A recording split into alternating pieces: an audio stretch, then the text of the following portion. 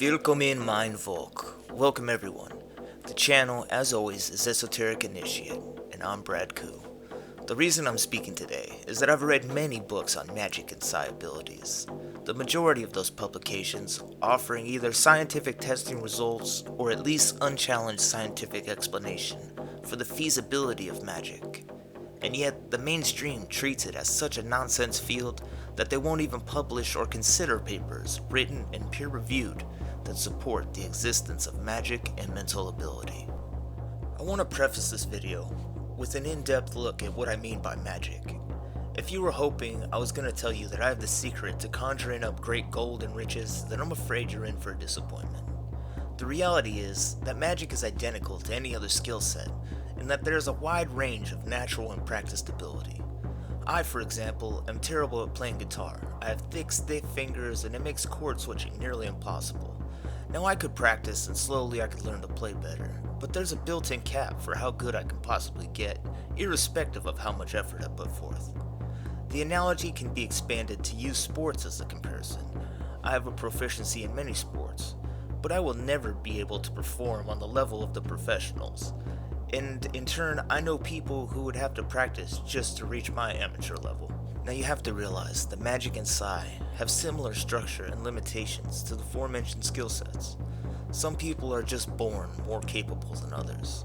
I want to be clear that a quote-unquote Merlin level practitioner of magic is someone who is only born once in centuries or millennia. A magician of that competency is comparable to an Albert Einstein or an Isaac Newton. They are rare to bless our world with their gifts. Magic pushes their rarity to new heights because there's a stigma to even experimenting with magic, so many people won't ever even realize their potential. However, the good news is everyone is gifted with some level of psi or magic potential. Most everyone is capable of affecting small changes in reality, and all people have a statistically significant ability to predict future events. Long story short, making a pile of gold appear, not plausible. Changing the energy and environment to change reality, including wealth, very possible. The reason I consider mentally changing the environment around you logically inferred and ever so possible is the result of scientific publications on quantum theory. The most well-known aspect of quantum theory is the observer effect, wherein the nature and actions of a particle are determined by how and if an observation takes place. It would appear that the whole of the universe would be an undetermined wave instead of the definite matter that we detect with our senses, if there was no conscious observer, meaning you, present to observe it at all. Sort of like if a tree falls in the wood and no one's around to hear it, then the tree remains in a superposition of both fallen and not fallen simultaneously. If matter only decides to be matter because you observed it, then it's reasonable to infer that you would have some level of an ability to physically alter it or its energy state. If you're wondering if you can change reality, you should know that you already have, by simply looking at it. There are also phenomena such as entangled particles, where two atomic particles can communicate and act simultaneously in a mirrored fashion, even if physically separated by light years. Two or more entities can respond to the stimulus of the other with huge spans of unconnected space in between them. Quantum theory also reveals effects that reach across time. If you recall the observer effect, now think about photons and starlight that we observe today locally. By observing the light today, we change what happened billions of years and miles ago. We have affected the outcomes of events that occurred before our Earth was even created.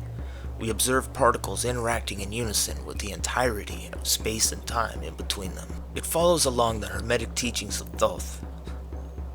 Quote, all things are thoughts of the Creator. And that, quote, the gods created the world so that we can see them through it. One of the keys to understanding how this is possible is understanding that you, what is actually you, not your body, not your brain, but the eternal, non-physical soul. If you are not bound solely to the physical realm, then why would your influence begin and end there? Your brain does not create consciousness. There are countless cases of people having conscious experience while their brain was physically incapable of activity. Alan Watts is quoted as saying, "The prevalent sensation of oneself as a separate ego enclosed in a bag of skin is a hallucination which accords with neither Western science nor with the experimental philosophy of the East." Unquote. People imagine their mind as the TV studio where their consciousness, their very being, is created. That the brain is broadcasting their conscious experience to them. Your brain is not the transmitter, it is a receiver. It is not just a receiver, but also a reducer. It takes the information the universe makes available, just countless terabytes of information, and whittles it down to the narrow band of colors and sounds that we humans can perceive. You already know that there are easily achievable colors, light bands, and sound frequencies that we are incapable of sensing without technology. We can't see radiation or infrared, but they're all around us, hiding outside of our sense capabilities.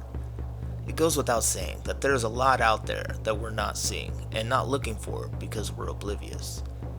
Instead of being the studio, your mind is more like the cable box that receives and reduces the signal to block out bandwidths not vital to survival.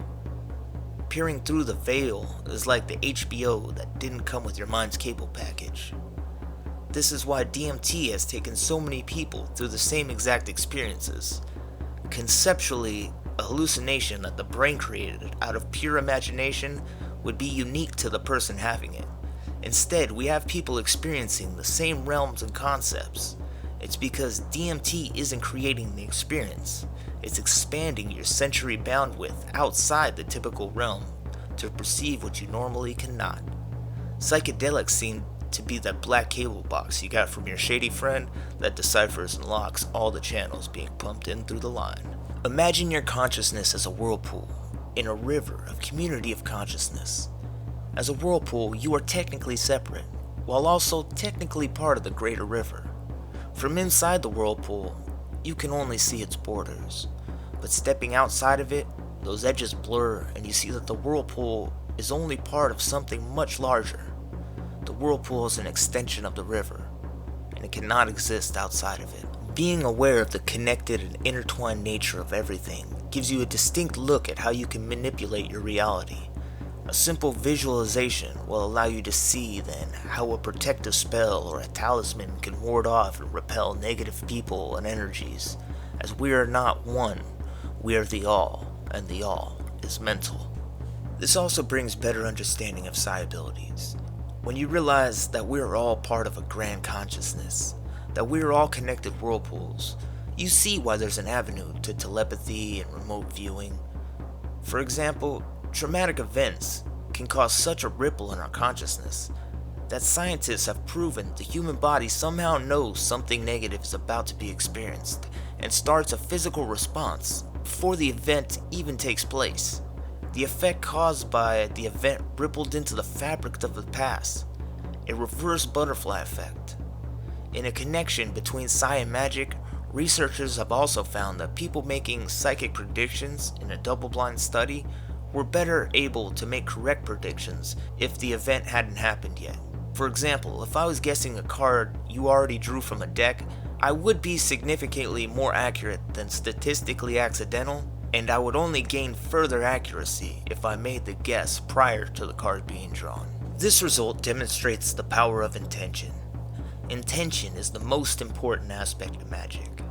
The magical ritual items are nice and they help connect the initiative to the action, but nothing except for intention is critical. This is why a prayer can be said inside your head. It's not the words that are important, but the intention behind them. The forces that be can sense your intention, and based on what they perceive, they know if helping you is a righteous act. They know if what you're trying to accomplish is true to your heart. You will need help in the ethereal dimensions, and you will not receive it if your soul is laden with devious motives or lackluster effort. To set clear intention, you must be practiced in the art of meditation. Your mind must be clear to set your intention in any given situation. Of every book I've read, from ancient Egyptian texts to the Dark Age Icelandic magic books to modern written works, that comes from practice meditation.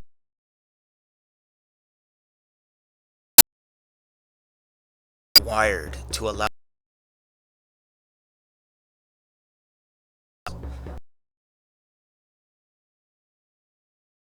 all the stress and mental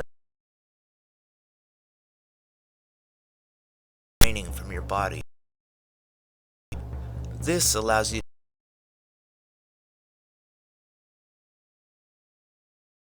An example is the gods or without the message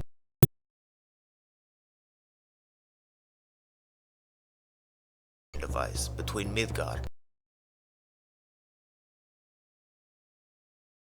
The message in the question or even the space in your mind. To wrap up the video, the 7 Hermetic principles. It's an easy way to see is connected.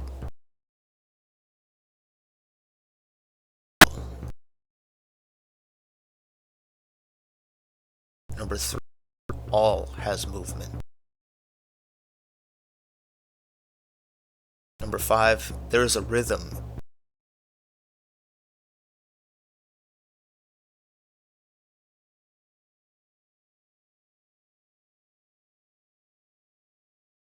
Themselves capable for guidance and Nichols, MD, Fu, the C,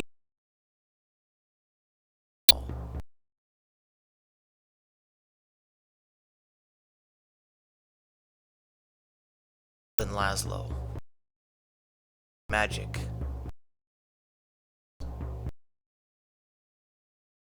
Tar, Magic, Minds,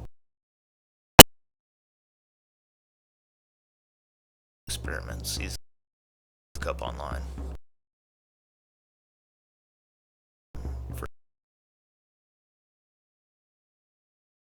Look to the list.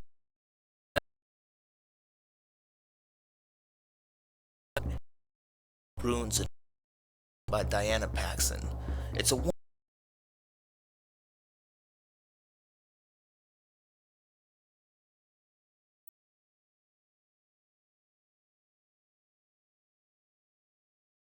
by Freya Aswin and others. I highly recommend this book to folks